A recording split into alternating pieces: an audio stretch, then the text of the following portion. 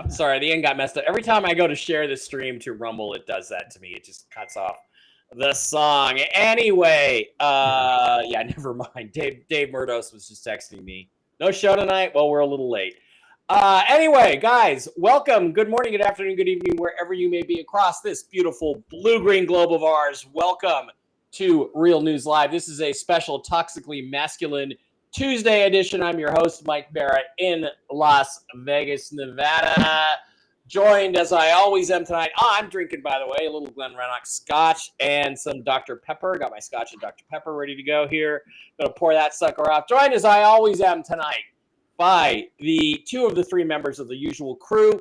Steve Doran will not be joining us tonight. Steve, we just found out, has been quite ill all day. He has a high fever, and I just told his girlfriend, since he's refusing to go to the emergency room, to call an ambulance. Now, does that mean it's that serious? No, I don't know, but I am concerned about it. I am worried. Everybody pray for Steve to cooperate and go to the hospital. When you're over 50, which Steve is, you got to take this shit seriously. And hopefully he listens to his girlfriend, Deborah, and goes to the hospital. And we get word, as I get word tonight, she's going to send me some texts. I will keep you guys updated. But we are missing Steve, and we are praying for him tonight. However, I am joined by the man with whom you cannot, next to me there, stage right, left, whatever he is, the man who you cannot spend 4 hours in a car with without, first of all, driving the wheels off of it, and secondly, coming away smarter. Dr. Brooks Agnew, somewhere in the Carolinas. Brooks, how you doing tonight, and what are you drinking? I'm doing great. It's been a normal 12-hour day, and I'm drinking coffee. Trying to level out my metabolism a little bit. Smooth those muscles out a little bit, huh? Joined, of course, also by the cub reporter, the intrepid gonzo journalist of the show, and the producer, all-around super talented producer, Blake. I swear to God, when this RV thing happens, I'm going to hire you as media producer. You're going to be a stud. You're going to make a fortune. Thank you. TV's Blake Wally. Blake, how are you doing tonight? And what are you drinking? Did you finish that Maker's Mark yet? I did, and I'm doing well. It's great to be here. And I bought a new bottle. It's something called Larceny. Oh, and I've heard this is a really good bang for the buck. So I'm curious to try this out. Yeah, new bottle. Very exciting. Well, I will ask the original Mark Z, who was quite a connoisseur of whiskeys, whether he's ever heard of Larceny or not, and whether it is any good. Meantime, thank you guys all for being here. It's a little slow to get the audience built up because for some strange reason, I'm not allowed to preview setup on the Rumble channel. I'm not allowed to show you the Rumble channel. Like, set it up beforehand so it doesn't go on automatically. Anyway, nice to have you guys all here. Okay, let's get into the news, gentlemen. Let's start it up. Everything was going fine. Everything was going smooth. The news was great all across the board. And then the fucking Indians and Pakistanis got into are they fighting over Kashmir this time? They got into a fight. Let's check out what's going on. This is Alex Jones posted this about an hour ago. It's a Pakistani JF-17 fighter over Kashmir that gets India shot down after they bombed Pakistan 2 hours ago. This war is escalating.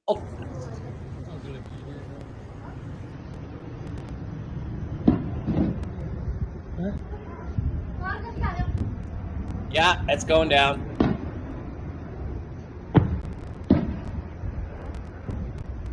Okay.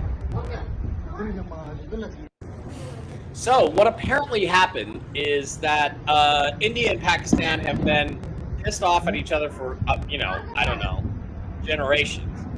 And there were some terrorist attacks on India in the last few weeks and months, and the Indians finally had enough. They struck back with a major missile attack. Here, let me show this instead. They struck back with a major missile attack on terrorist bases and various infrastructure in Pakistan. So the thing about this, guys, is that I don't know exactly what to make of it. Brooks, you're more of an expert on this kind of thing than I am. What would you say is the situation over there right now, and what are you hearing? People like Douglas McGregor are rather concerned with what's going on. Yeah, it's pretty tense. There's been a treaty in place since the 60s. In fact, it's one of the longest lasting treaties on the planet, and it's been pretty stable. And this treaty concerns water supply to Pakistan. India controls that water supply. They've agreed to let that water supply flow as long as Pakistan, behaves itself. Well, this terrorist attack happened in which Hindus were specifically targeted and shot. Yep. And the terrorists, the Pakistanis are saying, well, we had nothing to do with it. And the Indians are saying, well, you're harboring them and you know who they are and you're going to tell us who they are or we're going to cut off the water. Well, this threatens that very old, very stable treaty. If they cut off the water, a third of Pakistan will be in really big trouble really fast. So Pakistan has said, well, we will shoot first. And they have about 145 nuclear weapons. India has about 167. It's enough to turn that whole area into toast. We're talking hydrogen bombs now, not atom bombs. These are serious weapons. Both countries are very, very capable. And mutually assured destruction doesn't mean anything to them. So this is a very tense situation, and we're watching it hour by hour. Hopefully everybody's trying to tell them cooler heads shall prevail, but so far not so good. Yeah, these are not two countries you ever wanted to be nuclear powers at all. And I don't know, Blake, there's a lot of stories of the Vimanas and the wars of the Anunnaki from 500,000 years ago, where they say the whole Indus Valley was nuked in some big major conflict. Are we repeating history here? Ancient extraterrestrial history, or what the hell do you think's going on? I don't know how you know about this situation right now, but hit it, Blake. Well, not nearly as much as Brooks, so I'm glad he brought something to the table. I've heard about all those ancient wars, and perhaps that's even said why the north of Africa is all a big desert, and why would they build pyramids in the desert? So you never know what's going on with some of those ancient cultures, and it is sad, and it's a surprise. You figure if there's going to be a war breaking out, it would have something to do with Israel, Iran, or Russia, Ukraine, or even China, Taiwan, and then we get blindsided by the Pakistan and India, and both of them have nuclear weapons. Not a good thing. So, as Brooks says, I hope cooler heads prevail, because that could escalate quickly and affect everybody that lives on this planet. Yeah. Well, not to be too much of a conspiracy theorist, but I do have a friend I call a mechanic, who is I've talked about before, who I think is fairly well known to people who follow our show. And he did tell me in the early different version of this show that Blake was on, he told me in January of 2020 that there's going to be a virus and they're going to use it to try to steal the election. And it's geared towards the Asian population, the Chinese population, and the Indian population. And the reason is that the powers that be, the evil that the evil men, want to reduce the population of the planet significantly. Now, COVID was supposed to kill 30 million people. It killed about, 800,000 maybe worldwide, or 2 million, or whatever it is. But it really didn't, again, the hospital, as somebody pointed out this week, which I thought was interesting, Brooks, how many people did you ever hear of that died of COVID at home? Well, 0. They all died in the hospital because of what was done to them in the hospital to supposedly treat COVID. But the point being that these people have wanted to reduce the population of the planet Earth by a significant amount for a long time, and they've been testing ways to do that within the last 5 years. So I don't know, any comment on that wild theory? Do you think this is some bad actors behind the scenes trying to provoke this massive slaughter between these two countries? Well, yeah, I mean, the whole idea of gain of function is kind of, I don't know, mundane. It doesn't really mean anything to us. It's like saying turbocharged fuel injection. It just doesn't mean anything to the average person. But if you convert it to the actual language, which means global depopulation disease, that's what they're trying to come up with. Nature has a way of creating these diseases. human bodies have been exposed to them for millions of years, and our immune system is a record of our collision with viruses every single day. So now we can fight off natural viruses. It's the man-made viruses that trick our immune system into doing other things, like filling up our lungs with mucus so that pneumonia will kill us, which will do it in about 3 or 5 days. If you can't get that mucus out of your lungs, you're in big trouble, especially if you're over 65. Guys, I'm sorry. I just checked Rumble. It's playing. From my perspective, I would say use your phone, try to get different connection. I'm sorry that you're not getting a picture. Because there's gonna be some fun ones tonight. So I don't know what's going on with that, but try Rumble, try the different platforms, try X. Both Blake Wally and I should be broadcasting on Twitter X. So try all of I've had pretty good luck with X too. Rumble's been doing some weird shit for the last 2.5 weeks. Yeah. X, Twitch, and DLive seem to run pretty smoothly when Rumble's coughing. Yeah, but is anybody actually on DLive? Does anybody ever go there? I don't know. All right, I have another curious thing that may or may not be connected. President Trump hosted John Carney, the new Canadian Prime Minister, in the Oval Office today, along with Marco Rubio and some other people. And of course, he said the same old shit. Audio, no video. Okay, let me double check. Yeah, it's not running for some reason. I see it's frozen, but yeah, some people say Rumble's working good. Some people say I don't know. I don't know how to help you guys with that.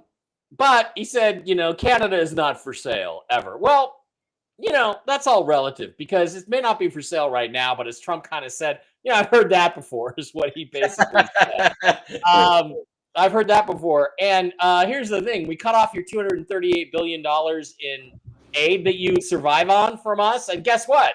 You're up for sale. So that's a lot of BS. But he also made some more interesting comments, very interesting comments in the Oval Office. Let's check those out and listen to what President Trump had to say. And I want you to not only listen, I want you to observe, because this is really interesting what President Trump says right here.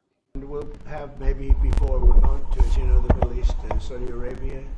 We're going to UAE and Qatar. And that'll be, I guess, Monday night. Some of you are coming with us. I think before then we're going to have a very, very big announcement to make, like as big as it gets. And I won't tell you on what, but it's going to, and it's very positive. I tell you if it was negative or positive. I can't keep that out. It is really, really positive. And that announcement will be made either Thursday or Friday or Monday before we leave. But it'll be one of the most important announcements that have been made in many years about a certain subject, very important subject. So you'll all be here. And we'll have maybe before we're going to, as you know, the Middle East and Saudi Arabia. We're going to UAE and Qatar. And that'll be, I guess, Monday night. Some of you are coming with us. I think before then we're going to have a very, very big announcement to make, like as big as it gets. And I won't tell you on what, but it's going to, and it's very positive. I tell you if it was negative or positive. I can't keep that out. It is really, really positive. And that announcement will be made either Thursday or Friday or Monday before we leave. But it'll be one of the most important announcements that have been made in many years about a certain subject, very important subject. So you'll all be here. So the question is, what is he fracking talking about? Here, Brooks, I'm sorry. Let me get the logo out of your face there. What the hell is he talking about?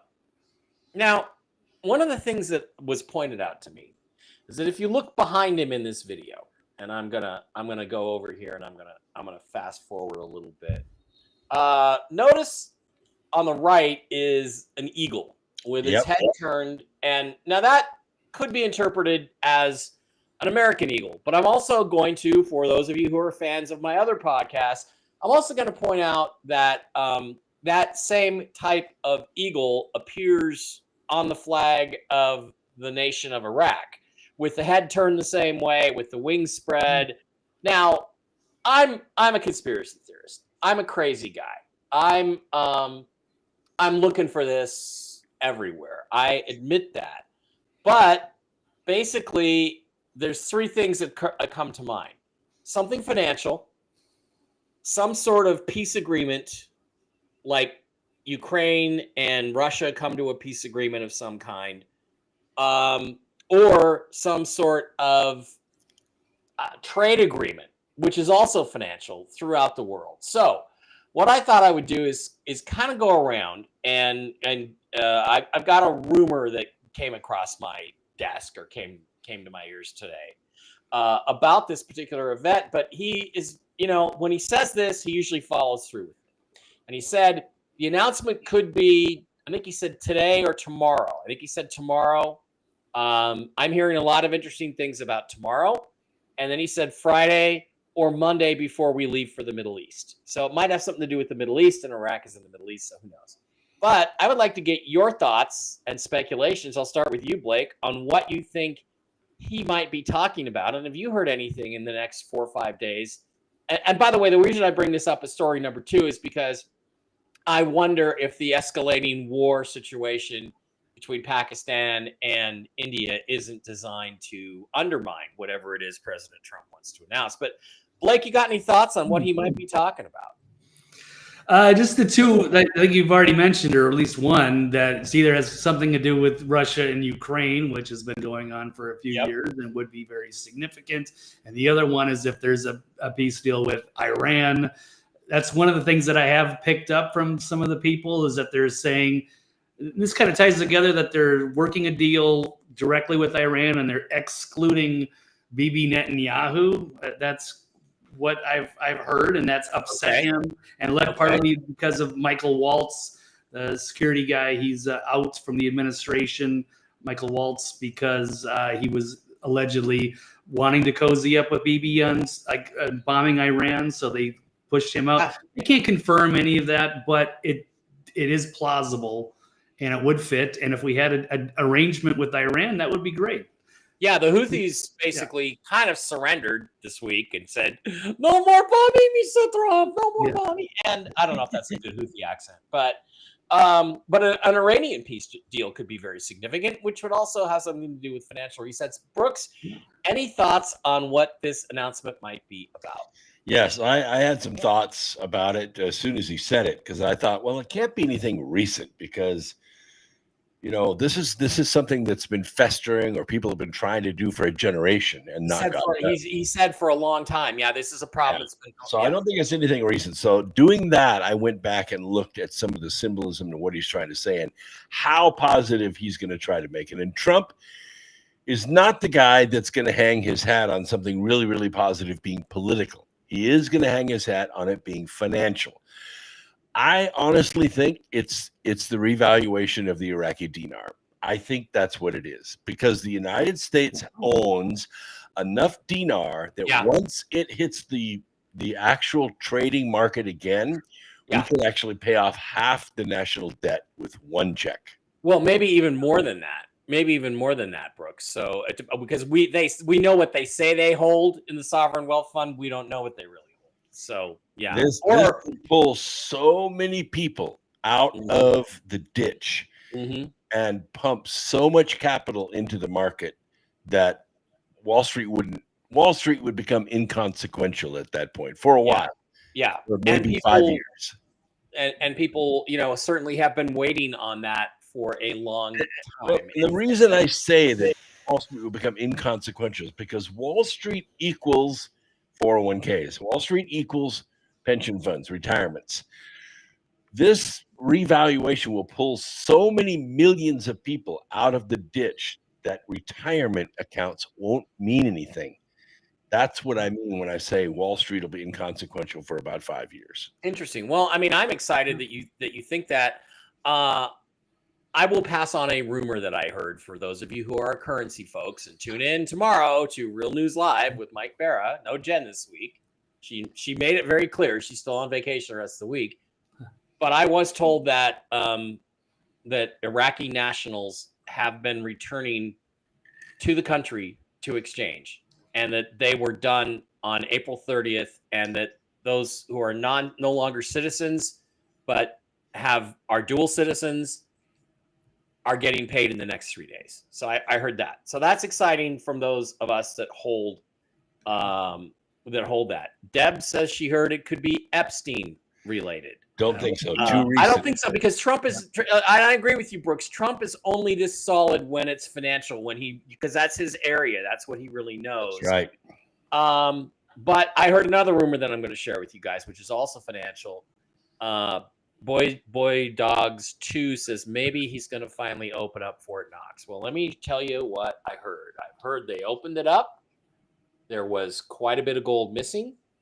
If you've been following the headlines the last few months, that there have been a lot of planes rumored to be carrying gold flying from the Middle East, from Italy, from Rome, from parts of the Middle East to America. And don't forget the 2017 World Tour right after Trump got inaugurated. Mm-hmm. Saudi Arabia, the Vatican, and the Crown of England, right? And don't forget that when Trump was with Queen Elizabeth, she motioned for him to walk in front of her, which of course the networks cut out, tried to make it look like he was being gauche, but that's a clear indication you are the superior. So the rumor has always been that Trump went and got our gold back from these countries, basically saying, if you don't give us our gold back, we're going to nuke you. But I don't know if that's true. But what I'm told is that there is a really high chance that we have now got the gold in there that we want, and that we're going to actually revalue the gold in Fort Knox to the current market price. Right now, I think it's valued at about $44 an ounce. And last time we checked in 1971, there was 8,100 metric tons in there. So think about it like this. How many ounces is there in a metric ton? Like 1 million? I don't know. I have no idea. I could ask Grok to tell me. But at $3,400 an ounce, with very, very, we're talking about gobs of trillions of dollars, hundreds of trillions of dollars of value. So it could be some sort of gold announcement. But here's the thing. We have a week. And before this happens, because he said it could be tomorrow, it could be Friday, or it could be Monday. So we should know by this time next week what it is. And I agree. I do think it's more likely to be financial than international agreements or something like that. But I'm sure he also has a backup plan to pivot to. Brooks, what were you going to do? The ad? 36,000 ounces. 36,000 ounces. So 36,000 times 3,400 is, I don't know, a lot of money. We'll let Brooks do the calculation. Brooks is the scientist, therefore we are going to let him do the math on this $122,400,000. $122,400,000. So that's one metric ton. 1 metric ton. Okay. And I think it's going to be more. It's got to be more. 8,100 metric tons. Mm-hmm. Well, yeah. So that's about 9,914 billion ounces. Yeah. So that's quite a bit. So Saudi Arabia capitulated and gave him the king's sword. That's correct. Dollars. I wonder if pilots know what they're transporting. Yes. Shane Mills thinks it will be XRP related. If you've heard of the 589 in the XRP community, that is Thursday, people. Moon is Thursday. That's a possibility, but XRP is a newfangled thing. And he did say this is something people have been waiting for a long time. So we don't know what it is, folks, but we are very, very interested in it. Now, let's move on to the next issue. The next issue is really interesting because, the Trump administration is finally cracking down on a few people here and there. They're finally going after some folks. And this week it was stated that, according to reports from Democrat staffers on the Hill, that, quote, according to Insurrection Barbie, Hill staffers now see, you wait for it, AOC, Alexandria Ocasio-Cortez, as the leader of the party. Because she's the number one money raiser right now. And I don't know where this gauche picture came from. Oh, I see. Mike Barra posted this in response.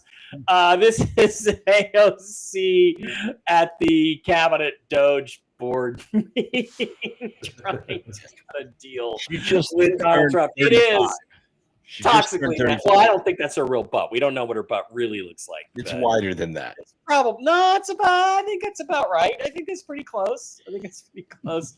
But moving on from AOC's butt, AI butt there.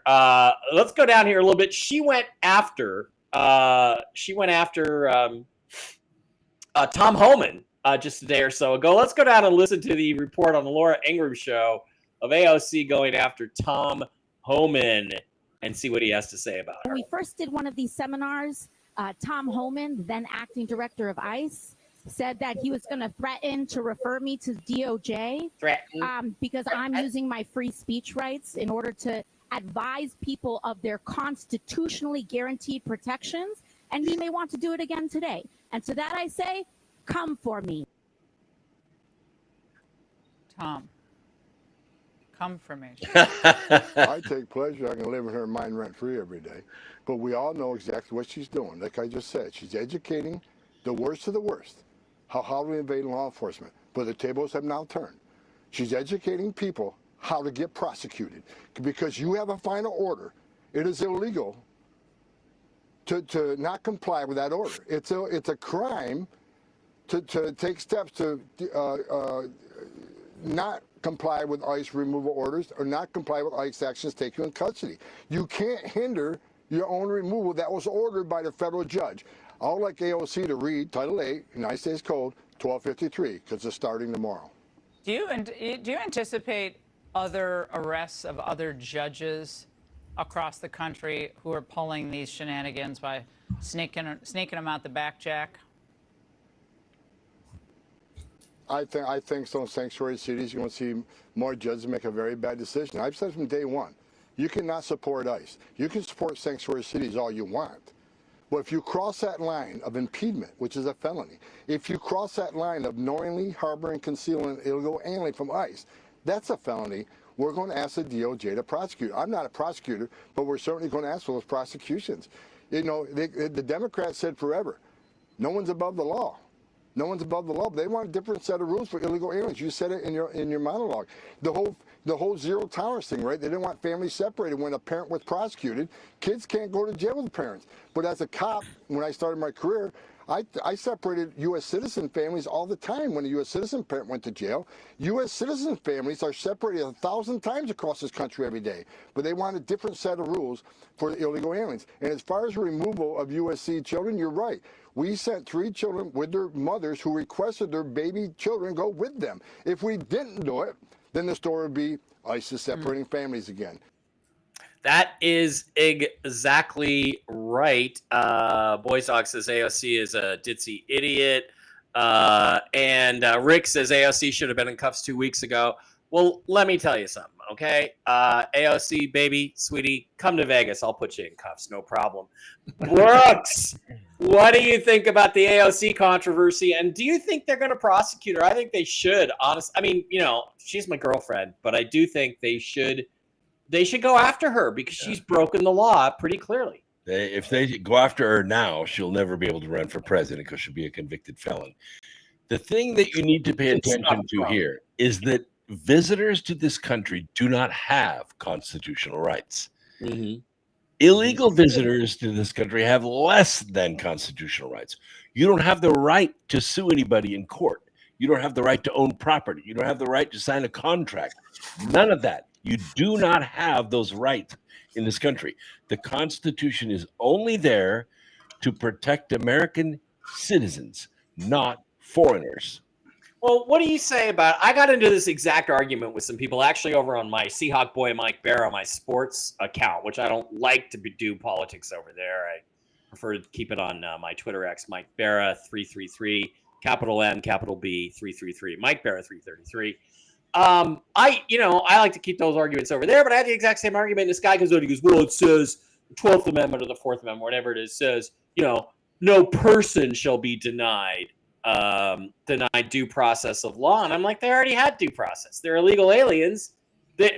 Once that's determined, that's their due process. They're done. So what do you say to that argument that it doesn't specifically say citizens? Because I agree with you. The Constitution only applies to U.S. citizens. Trump's trying to get around that. He made a brilliant move this week by offering the $1,000 in cash once you're determined to be safely out of the country, and a free plane ticket. And if you register with the app and take advantage of the free plane ticket and the $1,000 in cash, if you don't have a criminal record, that is to say, if you've never broken any laws while you're here, you've been a good working person while you're here, you have a chance to come back to the United States. If you are deported by force, by ICE, you're never coming back. Yeah. So you're going to see that 1.3 million that have their going home orders because they've already had their day in court. They're going to self-deport. They don't want to get arrested. They don't want to get detained. They're going to pack up the minivan. They're going to go to the airport. They're going to load it up, get on the plane, take advantage of the free ticket, leave, get their $1,000, and then go right down to the consulate and try to apply to come back. Yeah. This is weird. I am looking at YouTube, and all the YouTubes are frozen solid. I don't know why we're not. By the way, there's a Democrat senator who tried to counter that today and said, why pay them to come out of the country, leave the country, fine them $5,000 and give them a green card or a work permit to stay here. Mm-hmm. And that's his counteraction to Trump's move. Now, neither one of these make any sense unless the border's closed, which the border is closed. Mm-hmm. So that's where Reagan got tricked by Tip O'Neill. Reagan said, look, I wanted these illegals out. Tip O'Neill said, well, we want amnesty. And Reagan said, well, I won't give you amnesty unless I get a wall to seal off the border. Mm-hmm. Tip O'Neill said, no problem. No problem. We'll give you the wall. So Reagan said, okay, I'll give the amnesty. And the wall never came. No. Tip O'Neill lied out his ass. Because he's a Democrat. Sits above his collar. Yeah. His ass is right up there. TV's Blake Wally, what say you? Do you think that this is, a serious problem for AOC? And do you think that they're really going to go after her? Because it will look like they're just going after her because she's the Democrat frontrunner.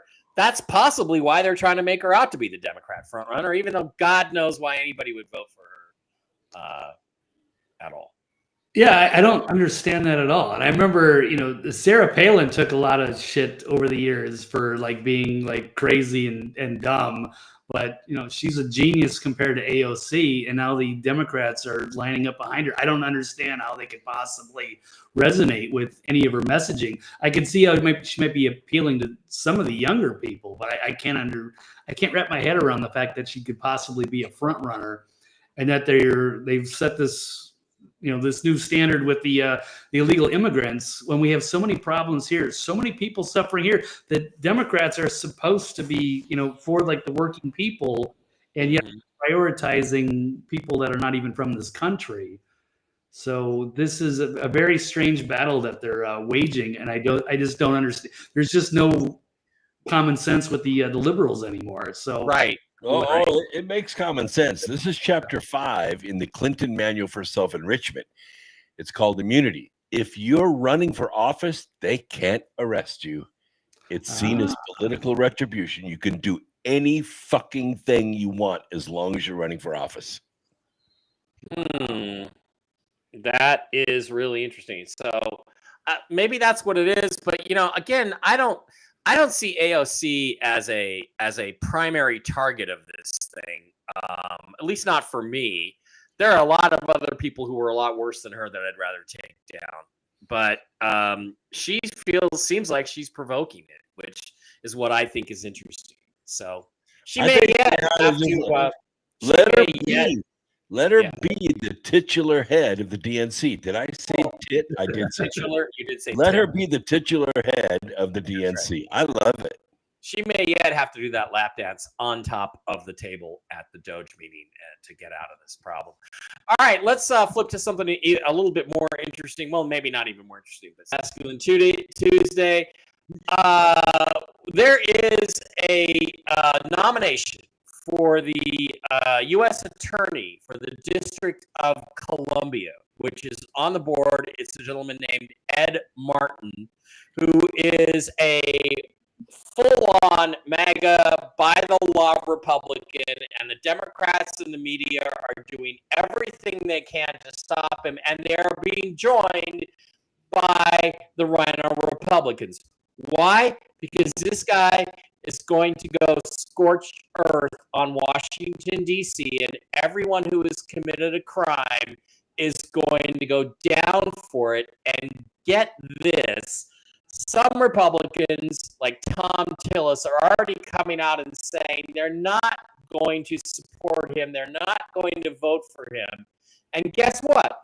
If they can delay this a couple of more weeks, I think till the end of the month, then guess who gets to appoint the temporary guy? It is Judge Boasberg, the most corrupt judge in the country, the evil fucking demon on the right, the guy who has led the prosecutions against Donald Trump, who's issued injunction after injunction. Even though he's been shot down by the Supreme Court, he continues to try to enforce injunctions that have already been shut down by the Supreme Court. Let's take a listen to what dickhead Tom Tillis has to say.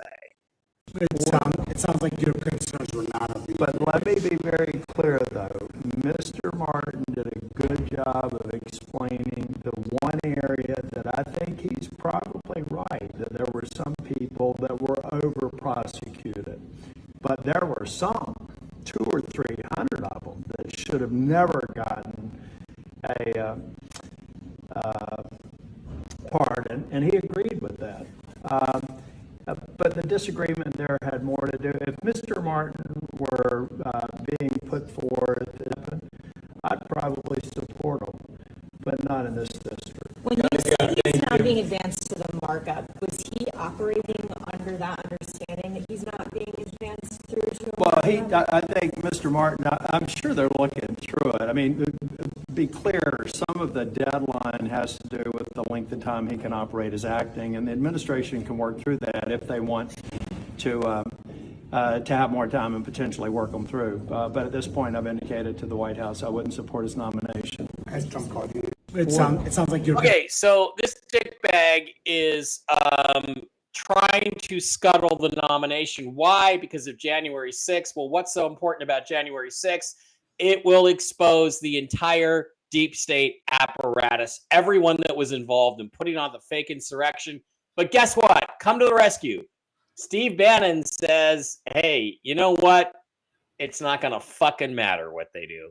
And by the way, Josh Hawley just made news. And a guy like Josh Hawley, who's very well respected, he's kind of one of these Cruz-like guys with the brain and the big law schools and the Ivy League. He's very respected on judiciary. When Josh Hawley just said, hey, he's going to get a vote in committee, he's going to get out of committee, he's going to go to the floor, and he's going to pass on the floor. Yep. That you should listen, because right now it looks like an extremely heavy lift. I got Jillian Barber here from Done With That, which is critically important given what Hawley just said about Medicaid and other things. I want to make sure we're going to need you at the ramparts. The work you guys have done on Ed Martin just in the last couple of days have been amazing. I mean, we're in this place right now where it's close or could happen because of you, because it looked pretty grim. That's why the president jumped in yesterday on Truth Social. It looked grim until the War Room Posse through Article 3 and also over with the Bill Blaster got engaged here. And by the way, Josh Hawley just made news. And Hawley says it's going to go through regardless. What do you guys think? Blake, any thoughts on this? And isn't it pretty clear that they're really just trying to scuttle this because this guy is going to expose January 6th? Yeah, that could very well be. Something's got to be involved here. There's got to be something at play. And I don't know why this Boasberg keeps popping up like he's a Supreme Court justice. He's a lower court guy. So why does he have so much power, and why does he keep meddling with things on behalf of the people? And Blake, even more than that, how does he keep getting assigned right to Trump cases? Because it's supposed to be random, which it clearly isn't random. Anyway, go ahead. Yeah. Sorry. No, I agree with you. That shouldn't be random, but yet how is he possibly getting involved in every one of these like major cases? So he's clearly on their side. He's an asset for the deep state, and they're trying to do whatever they can. So hopefully this is another thing that fails, and it's good that we're it's under the public scrutiny that it's become a story. And yeah, I'm sure the swamp creatures are panicking now that they're not in control, and they are worried about what the future holds, and it doesn't look good for them, and they are trying to make a move here. So we shall see. Again, I'll let the legal experts battle it out. But yeah, interesting story. Yeah. Blake, Boasberg would be at the top of my list for people I'd rather see them go after right now than AOC. AOC can wait. But what is the problem with this guy, this Boasberg, and what do you think is the real issue here with Ed Martin? Well, it's a judicial coup, and it's being led by men who have tremendous egos inside those black robes with their little magic mallets, and they're trying to use the judiciary to overcome the executive branch. This was discussed in Federalist Paper number 81 by Hamilton in great depth. He greatly worried about the Supreme Court getting corrupt individuals appointed for life. They may lie to get on or deceive to get on the court. And once they're on the court, of course, they can't be removed except by being impeached through Congress. And that has never happened that I know of. And then use the judiciary to counteract the executive, because Hamilton feared that what the Supreme Court would do is try to market itself, or at least portray itself to the American people, as the final arbiter of what is or is not constitutional. Right. And we know, of course, that the Supreme Court has got it right every single time. Wrong. From Dred Scott on, there have been 147, I believe, horrible decisions from the Supreme Court that they themselves have reversed. And this judicial coup is going to go down in history as one of the worst moves by the court or by the district court in U.S. history. The bad news is it could actually end up in impeachments of judges. That's bad. We don't want to see that happen. Oh, yes, you do. Yeah, I do. Yes, I would do. rather see the district court dissolved than me too. Just dissolve it. Right. And that's the thing too, is that you have the situation where the courts, people have tried to convince you that the courts have the final say on everything. No, that would make them the most powerful branch of the government. They are three separate but co-equal branches of government. The idea is if Congress and the president agree on something, the Supreme Court is supposed to have the integrity to say, no, if you look at the Constitution, that's not really constitutional. Like, I don't know, the Patriot Act, say that that's not constitutional, rule it that way. And then they're supposed to go back to the president and the Congress to fix the problems that the Supreme Court identifies. That's all they're supposed to be able to do, is say, this is not legal, so you can't enact this law. And if it is a problem, the president and Congress can amend the Constitution, which, by the way, they have done 27 times. Yeah. And what needs to happen, of course, is a constitutional convention, which some people say we had 5 years ago, where you sort of redefine the Constitution in language that is absolutely clear and cannot be disputed. That would be. Although I personally think that, the right of the people to keep and bear arms shall not be infringed is about as clear as it can fucking get. But yet somehow the shall nots are very few and far between in the Constitution, and they're immovable. But that's not saying that we don't need to amend the Constitution, because the Commerce Clause is very vague, and this state of emergency that we've been in since 1933 has totally screwed up our government and made it turn into a bureaucracy instead of a republic. Yep, exactly. All right, so we also now have, we may not have the Epstein files, guys, but we do have the Diddy trial. It began this week. There's some interesting stuff coming out in the jury selection. Let's take a quick look at this and talk about what has been going on there. Jury selection's underway for Sean Diddy Combs in his sex trafficking trial in New York City. Now, dozens of New Yorkers came to court in Manhattan. They previously filled out questionnaires, and then lawyers and the judge questioned them individually about their understanding and awareness of the case and the evidence, and also whether they were familiar with any of the many, many names that may come up during this trial. Some of those names include celebrities, musicians, and actors. Combs has pleaded not guilty to sex trafficking and racketeering charges. During the jury selection process, some prospective jurors said they had seen some of the key pieces of evidence that'll be displayed at this trial. Several said they had watched the video, the now infamous video of Combs assaulting his then girlfriend Cassie at a Los Angeles hotel in 2016. One woman who said she saw a still image of that video called it damning evidence. That woman was not selected for the jury. The judge said he expects this trial to take 8 weeks, and prosecutors say they expect to call 4 accusers to the witness stand. Jury selection's underway. Well, let's hope that those 4 accusers are not named Virginia Giuffre. So, all right, Blake, where do you think this puts us in a situation? And this is something I don't get, Blake or Brooks. Why is he being tried in New York when everything happened in Hollywood? I don't think I get that. I don't get it either. Blake, do you know anything about that? Yeah, I wish there was like a better selection process for that, because as far as I understand, they're just trying to get people that are kind of neutral. They don't know that much about what's going on, but what do they know about anything that's going on with anything? So kind of question like people's, intelligence or their critical thinking when they're not aware of who a lot of these people are, so they can go into it sort of in an unbiased fashion. But I don't know if there's other people that they could select who, are just objective observers and could be more useful in a situation, especially with a high-profile case like this. They should have it in Tennessee. They're pretty clueless. Yeah.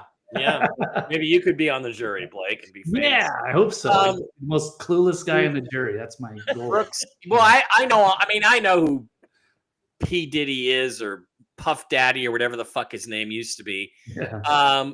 That's about it. I pay no attention to rap and hip hop and shit like that. But I don't know. Brooks, what do you think about this case, and where do you think it's going? Well, this case is just the tip of the iceberg, and there's so many people in Hollywood that know what went on. They didn't participate in it, and consequently, some of their careers kind of got stalled because they wouldn't participate in it. But everybody in Hollywood knows what goes on at a P. Diddy freak off, and it's sort of like Harvey Weinstein.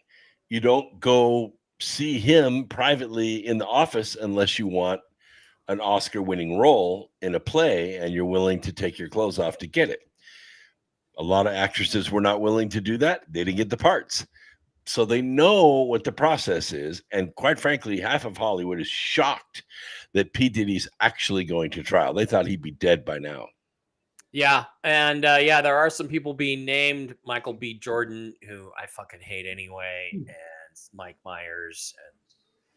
And well, look what they did to Justin Bieber and to Miley Cyrus and all these young, very talented people that just got destroyed by being ground up in this system. Yeah, and they're complete nightmares now. So we'll see if that goes anywhere. And it does feel like maybe they're trying to shift the focus to the P. Diddy thing to take the focus off of the political pressure that's being applied by the Epstein case, which still they are holding back. Any thoughts, either one of you guys? Any thoughts on just what is going on with the Epstein files? Are they trying to bury them? Are they trying to run out the statute of limitations? What are they trying to do? Any thoughts? Go ahead, Blake. Yeah, absolutely. It's too politically damning, and it would ruin the way that businesses run in DC. If that many people are, they talk about even like, the suicide weekend kind of effect. If that many people are caught up in this, and that's going to just rock this country with how much negativity is going to come out and these consequences that we had not known. It's going to rattle everything. And it's not just, DC, it's the music industry and Hollywood, and so many powerful people, household name people are going to get entangled in this, and it's going to freak people out. So I don't know. Yeah. It's like you can make it to a certain level in Hollywood, on talent alone, but then after that, you got to do some stuff. You've got to, as Laurence Olivier said in Spartacus, the Stanley Kubrick film in 1961, you have to debase yourself before Hollywood to become a really big star. So that's just the way it is. Humiliation rituals. Yeah. Yeah, exactly. Well, I mean, Mike knows this as well as I do. We've been trying to get, films and TV specials and things like that done on the work that we've done. And what it takes really is the magic lunch. You have to get the magic lunch with the right producer, the right director, the right actor. And in order to get that magic lunch, sometimes you have to compromise yourself. And if you're not willing to do that, you're not going to get that magic lunch. Quite frankly, the general public doesn't give a rat's ass what happens in Hollywood. They could care less if the whole place crashes. Yeah. Politics is different. When you're talking generals and senators and congressmen, you're talking mayors and governors and diplomats grab-assing in the hot tub with Menudo, you're talking about shaking national security. That people do care about. That's why none of the tapes, pictures, videos have made it into public domain. Yeah, and it's just time for the lid to come off a whole bunch of this stuff. And I wish I remember Channing Tatum. I'm just sitting there watching movies, and all of a sudden I saw Channing Tatum, and I'm like, who the fuck is Channing Tatum? Why is suddenly this guy like all of a sudden they're making him a star? They're like trying to push him out there. And of course, he's very untalented. He's reasonably good looking, but I think it's pretty clear he shared parts of himself with a bunch of Jewish businessmen in Hollywood to get these parts. It's pretty obvious that that's the case. And it's just like, I'm like, these people just come out of nowhere. It's not like they have a big hit movie and a breakthrough role. Just all of a sudden they're in everything. Jeremy Renner is another prime example of a guy who just all of a sudden is in everything. And I'm like, who is this guy with the funky nose again? I don't know where this stuff comes from. It's crazy. It's weird. It needs to be exposed. Now, meantime, I would like to say to everyone who, who worships, everyone who participates. May the 4th be with you. We just passed through May the 4th, the date of the debut of Star Wars. I posted some really cool memes of hot girls like Anna Cherie and Darth Vader outfits. And I just have to go back to it. My favorite Star Wars movie. I loved Rogue One. I love The Empire Strikes Back. But my favorite Star Wars movie is, of course, Star Wars Episode 4, A New Pope. And there we are with the new Pope. Donald Trump, Star Wars Episode 4, A New Pope. This is not one that Trump displayed, but somebody else made it. He did do a meme of himself, reposted a meme of himself as the Pope. They tried to give him a hard time, and he said, "Look, it's a joke, folks. Okay, just relax. It's a freaking joke." And he said, "You are not the Rebel Alliance. You're the Empire." Yeah, you're the Empire. He said, "You are not." Now I have to go find that clip, Brooks. Now you're going to make me go find that clip. He said, "By the way, I didn't have anything to do with that picture." But even though he's CIA, I do like Jack Posobiec. Even though he's CIA, he did have something to say about the Pope this week. Just a day or so ago, just today. Let's listen to Jack, who is a practicing Catholic who, God knows why, did not circumcise his boys. But let's listen to him talk about the situation in Rome right now, because they're gonna pick a new pope this week. Yep. Well, folks, the conclave is set to begin tomorrow, and so for a lot of people now, if you're Catholic like me, obviously this is a big deal. For conservative Catholics, we're really pushing for a conservative pope. We want someone who is not going to continue in this progressive vein like we saw over the last decade plus under Francis. We want that return to tradition. Of course, the progressives have their candidate up in Parolin. They want him to be a successor, a direct successor. He's the current Secretary of the Vatican to Francis. But then there's also a number of compromise candidates that could be found in the middle. Also a rumor going around, pretty serious rumor about Parolin regarding a health issue, apparently a blood pressure issue that he had at one point. And they were saying that he appeared stiff at one of the early pre-conclave meetings. But the conclave will kick off tomorrow. And so for folks out there who say, well, what does that matter to me? You know, I'm not Catholic, you know, it's just whatever. It's just this, you know, this other denomination that I'm not involved with, or you might not even be Christian, and say, well, you know what, this is a world leader, okay?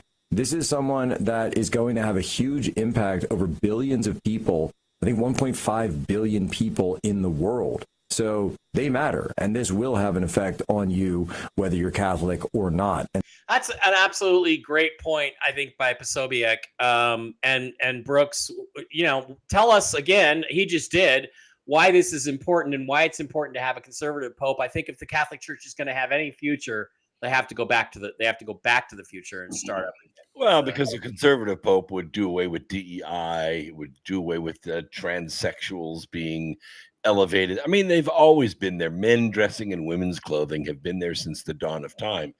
Wearing feathers or makeup or, you know, women's clothing or whatever. Men get sexually aroused by doing it, so they do it. But now what they're doing is they're going and victimizing children. Just to clarify, not all men. Not all men. Yeah. Not all. But there's a big, huge difference in the motivation of a man who likes to dress as a woman and a woman who wants to be a man. There's a huge difference in the hormonal drive to get this done. Women who want to be men are angry and they will kill you. Men who want to be women just want to be aroused, and that's what it boils down to. Bruce Jenner. Well, but the Pope authorizing and endorsing going after kids and giving them puberty blockers because they happen to be in the wrong body, that's evil. And the new Pope has got to put a stop to that. He's got to come out against that. Yeah, can we have a good Pope instead of an evil Pope? That conversation went a direction I did not want to go, Brooks. But Blake, what are your thoughts on Star Wars Episode 4, A New Pope?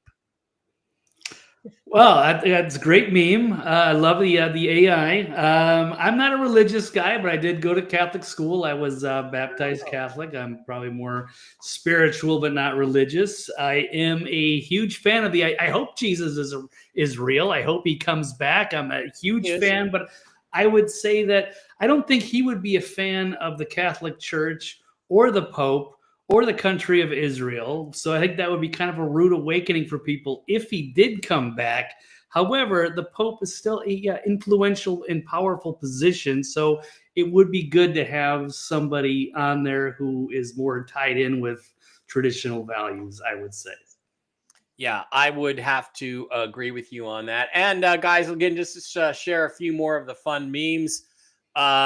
There's of course Star Wars Episode 4, A New Pope. There's my girl, my celebrity crush girl, Anna Cherie as Princess Slave Leia. She is Playboy Miss October 2015. Check her out, and here she is, all dressed up as Darth Vader. So go for it, Anna. She's a big Star Wars fan. And she's had an alien encounter, so that's really interesting. But it was also Cinco de Mayo this week. Oh, and by the way, the media says there's no evidence that the demon horn man with the Sith tattoos and red lightsaber was a member of the Sith, just like MS-13. Good meme there. We had Lou Elizondo with his ridiculous fake UFO photo. But I wanted to say to everybody there, everybody out there, happy Cinco Deported yesterday. It's your day. Glad to have you with us. We're really glad for that. But let's listen to what President Trump had to say about Cinco de Mayo just yesterday. Here we go. My fellow Americans, tu presidente favorito, and I wanted to wish you a very happy Cinco de Porto. Cinco de Porto is a tremendous day. To all of the illegals, gang members, drug traffickers, human smugglers, and all around bad hombres. Te vamos a sacar de nuestro país, or as I call it, we're getting you the hell out of our country. MS-13, we're getting you the hell out. Tren de Aragua, we're going to get you out, or we're going to put you in Alcatraz. We'll call you Tren de Alcatraz, because we want to reopen Alcatraz. All my beautiful people, they said to me, Sir, they said, Senor, why do you want to reopen Alcatraz so badly? I said, mi hermano, I gotta tell you, you look at it, it's called The Rock. It's named after me. It needs to start acting like it. We are going to rebuild it so beautifully and so strongly and so greatly. We will make Alcatraz great again. We will make America safe again. Thank you. God bless you. Happy Cinco de Porto, and the best is yet to come. Créeme. I love that guy. I think he's hilarious. To me, he sounds exactly like him. All right, boys, that is it. Happy May the 4th be with you, and happy Cinco de Ported. Any other issues or things you wanted to bring up tonight that we didn't get to? I'm happy about Magatraz. I think it's a good idea. Mm-hmm. I agree. Blake, any other issues that we did not cover today? I'm sorry. Go ahead, Brooks. You had more to say. Go ahead. Well, there was one more thing, and that is that the U.S. military has expanded the Roosevelt Reservation from the border of New Mexico all the way to El Paso, Texas. So now the entire 60-foot wide swath from El Paso to San Diego is now a military base, and it is being run by the U.S. full-time military. And if you step foot on there, you will be arrested and jailed. That is interesting. Blake, any other issues that you thought were going to come up? I want to know what this big announcement is from Donald Trump. I was shocked by your answer, Brooks. I hope you're correct. It's about time. It would certainly make me very happy, and some other people I know, including Steve Doran, who love and prayers for Steve. Not love, but prayers for Steve. Let's get you to the hospital and get them working on that fever. But any other issues, Blake, that you wanted to talk about that we didn't get around to? And go Timberwolves. Yeah, go Timberwolves. They should be starting game 1 right now against the Warriors. So I'm looking forward to that series. To get out of here. That's why we're trying to get out of here. Right. Go ahead. Oh, that's all good. Yeah. And Mike, I think I agree with you there. It's so far, it's kind of been a bit of a slow news week, and we're just waiting for the big announcement from Trump. So keep eyes on that. And I thought the Alcatraz thing was interesting. We'll see if they use that for and who they decide to use it for. So that's interesting news. But yeah, I think that's all I've got. So okay, yeah. What is this? Somebody did a meme today about Trump and Alcatraz, and it was great. Where is it? Let me see if I can find it again. Brooks got something. By the way, that light right there that you see behind me, somebody brought it up, Laura, in the chat room. That is the symbol of Andor. Andor. If you're not aware of this, it's Tuesday, which is new episode Tuesday for Andor season 2. Andor. We're now beginning episodes 6, 7, and 8. Nice. Yes, and I got caught up with one. Yeah, here's one of them. It's good. It's really off the chain good. Well directed, well written. Yeah, except the Empire rapes back now. I got to be honest with Andor. It is Star Wars for grown-ups a little bit. I like that. And but the rapey thing was like, wow. And do we really have sex in Star Wars? I don't know. I guess we do now in the adult Star Wars. But yeah, there's Trump Alcatraz, the new revised Alcatraz. That's one of them, one of the renderings. And the first 3 episodes, there was a lot of soap opera. We spent an awful lot of time at the Mon Mothma's daughter's wedding. I'm like, this feels like it was written by women, because no man gives a shit about the soap opera stuff. But the story is interesting. It's basically a prequel to Star Wars, and getting finding out about the Death Star, getting the plans of the Death Star, that kind of thing. And these first 2 seasons are the prequel to Rogue One, and Rogue One is the prequel to Episode 4. So is it Endor? Am I confused? Is that the Ewok planet from Endor is the Ewok planet, but Andor, Andor, is the show, and it's based on Cassian's last name, Cassian Andor. Yeah, the character of Cassian Andor, who was the guy in Rogue One. He looks exactly like David Silva, Spanish midfielder who played 12 years for Manchester City. Looked exactly like him. And it's a good show. It's a good show. And you watch that, followed by Rogue One. It's the best Star Wars you're really going to get, except for Star Wars. It's not corny. It's a bit more grown up. and it's good stuff. And the crazy thing about Rogue One is the AI that they did it to bring all the characters from the original New Hope back in full form, and except for Princess Leia, they all look super real. Yeah, well, I thought Peter Cushing as Moff Tarkin looked a little bad too. That that again, I think that the AI that they're using, they used in those days in 2017 is. I mean, again, I think that it's a lot better than that. I think even today they make the AI look like AI. They put signatures in there so you can tell it's AI. I bet you the real stuff is imperceptible from reality. So it's going to get interesting. All right. So yes, we can recommend Andor. Yeah, Cassian Andor, Andor. The show is called Andor, and that's what that symbol is on my wall. Yeah, that's what that is. So, anyway. All right, guys, thanks for being here. Sorry about the technical problems. I'm hoping that YouTube and Rumble will correct themselves when they process the video, and you will get the full video on the replay. I hope so. Sorry about those problems. And again, send out some love to Steve Doran. He's very sick. I'm trying to get his girlfriend to take him to the hospital. I have not heard from her. Hopefully I will. Hopefully I will. Ivermectin. And I don't know if he has ivermectin. I don't know if he took it. He does. He ordered it for me. He's got it. I'll just say this, Brooks. We went to Sholo, 3 years ago? It'll be 3 years this summer. And when I found out that I could get ivermectin from you, I was trying to get it. This is 2022 or something. Yeah. And I've been sick since. Anytime I start feeling like I'm getting a little cold or anything of the flu, I take the ivermectin and it goes away every time. So I want to let Blake get out of here. I do have maybe one more thing to talk to you about, but everybody have a good time. Mike wants to lay... okay, ask Anna. It's Anna. Have a great one. Have a great week. I'll be back tomorrow. I have a shit ton of intel about the currency reset tomorrow for the show.